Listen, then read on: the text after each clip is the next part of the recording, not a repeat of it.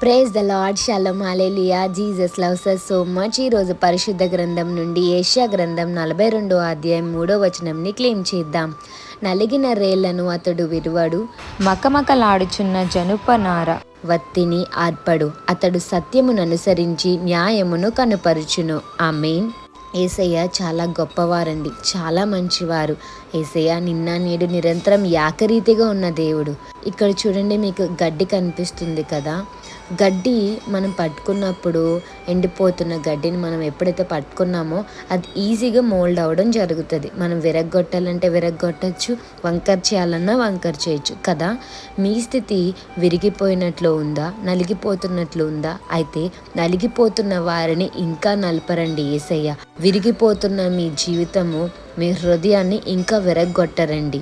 మీ life వంగిపోయినట్లుందా, నలిగిపోయినట్లుందా, విరిగిపోయినట్లు ఉందా, ఇంకా straight కాదు అని అనుకుంటున్నారా? మీ లైఫ్ యేసయ్య మార్చగలరండి. నలిగిపోతున్న వారిని ఇంకా నలిపే యేసయ్య కాదండి.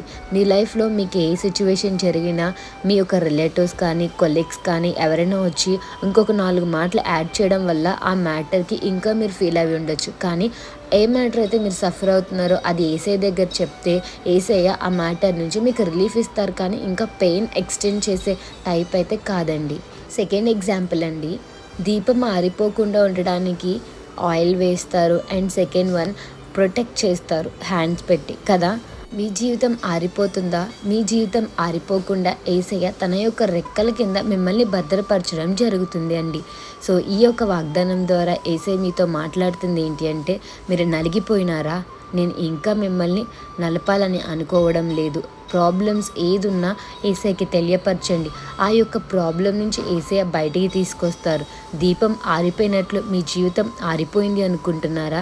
మీ జీవితాన్ని వెలిగించగలిగిన గొప్ప శక్తిమంతుడు యేసయ్య. ఎందుకంటే యేసయ్య ఈ లోకానికి వెలుగుగా వచ్చి ఉన్నారు. అలాగే చీకట్లో నశించిపోతున్న ఆత్మని వెదకి రక్షించడానికి మనిషి కుమారుడైన యేసయ్య మన గురించి రావడం జరిగింది అండి.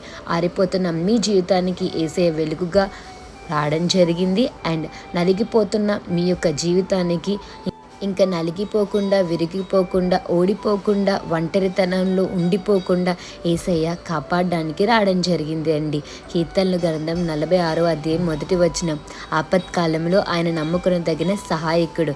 ఈరోజు మీ జీవితం నలిగిపోయినట్లయితే యేసయ్య దగ్గరికి వెళ్ళండి. మీ యొక్క ఆ యొక్క కృంగుదల యేసయ్యకి చెప్పండి. ఆపత్కాలంలో ఆయన మాత్రమే నమ్ముకోండి. యేసయ్య మీకు సహాయకుడిగా ఉంటారు. మత్తయి సువార్త 11వ అధ్యాయం 28వ వచనంలో, ప్రయాసపడి భారం మోసుకొనిచున్న సమస్త జనులారా నా యొద్దకు రండి, నేను మీకు విశ్రాంతి కలుగజేస్తా అన్నారు. అంతేకాని శ్రమను పెంచుతానని అనలేదు. ఒకవేళ అదే ప్రాబ్లంతో మీరు ఎవరి దగ్గరికి వెళ్ళినా శ్రమలు ఇంకా ఎక్కువ అవ్వచ్చేమో, కానీ శ్రమలు తగ్గించేది యేసయ్య మాత్రమే. మీ భారాన్ని తగ్గిస్తారు కానీ మీ భారాన్ని పెంచరు. మీ శ్రమలను తగ్గిస్తారే కానీ మీ శ్రమలను పెంచరండి. యేసయ్య ప్రతి విషయంలో మీకు మేలే చేస్తారు. సో మీ జీవితంలో ఇంకా ఏది బాధ రాకుండా ఉండాలి అంటే మీ ప్రాబ్లమ్ని యేసయ్యకి చెప్పండి. ఆయన్నే నమ్ముకోండి. Have a blessed day in Christ Jesus. Jesus loves us so much. Amen.